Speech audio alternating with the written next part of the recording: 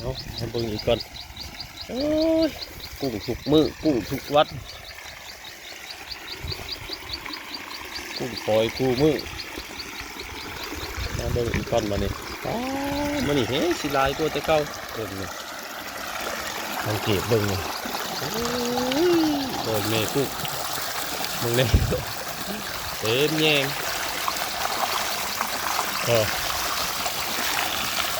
กุ้ง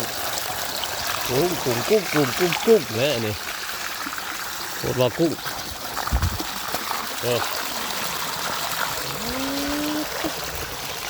เอาคือเก่าน้อยตื่นเช้ามาแหละ